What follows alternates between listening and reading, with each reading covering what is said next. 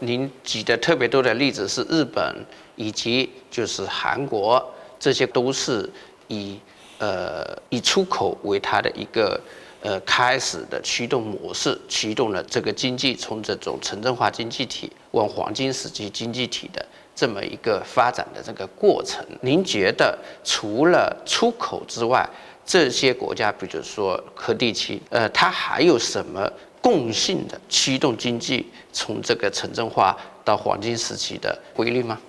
All of these countries emphasized education, universal education, and I think that raised the level of education levels for all people at the relatively early stage of economic development.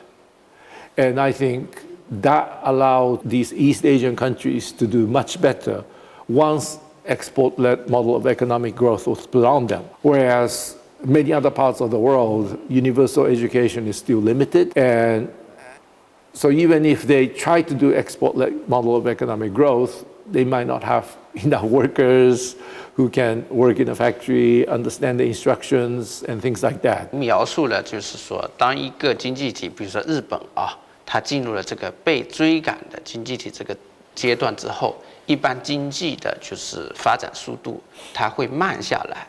那么您觉得这个慢下来，除了这个比如说劳动力啊、土地的价格它上涨之外，还有没有别的原因会让它的经济增长速度慢下来？ Well, in the Japanese case, during the 70s and 80s, when Japan was at the top of the world, they became a little bit overconfident because they beat the European companies, they beat the American companies, no one could beat the Japanese companies, so they thought they knew everything. And that overconfidence led to a bubble. So during the bubble, everybody felt rich because the wealth was created very quickly.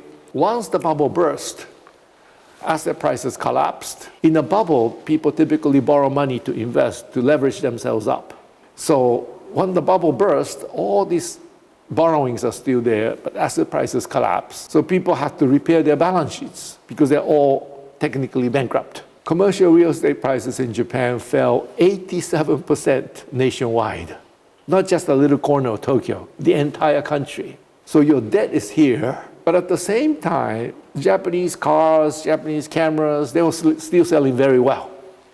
So they had cash flow. The companies still had plenty of cash flow, but the balance sheets were underwater. All these Japanese companies started paying down debt to repair their balance sheets. That's the right thing to do at the individual company level.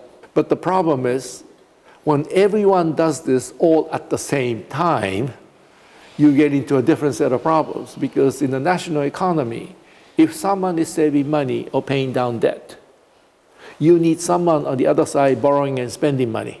If everybody saves money and no one borrows money, the economy will collapse. Even when Bank of Japan brought interest rates down to zero, nobody was borrowing money. Everybody was paying down debt. Then the economy really slowed down. And this is what I call balance sheet recession. And when you're in that situation, all the cash flow of the companies are used to pay down debt. So research and development all stopped. Additional marketing all stopped. And the Japanese economy slowed down very, very sharply.